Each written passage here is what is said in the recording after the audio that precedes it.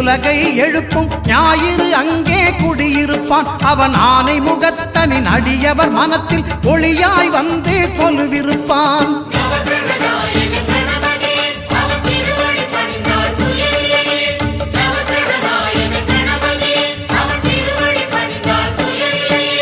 ஒன்பது கோளும் ஒன்றாய் காண அங்கு கற்பகம் என்னும் கடவுளின் மெய்யில்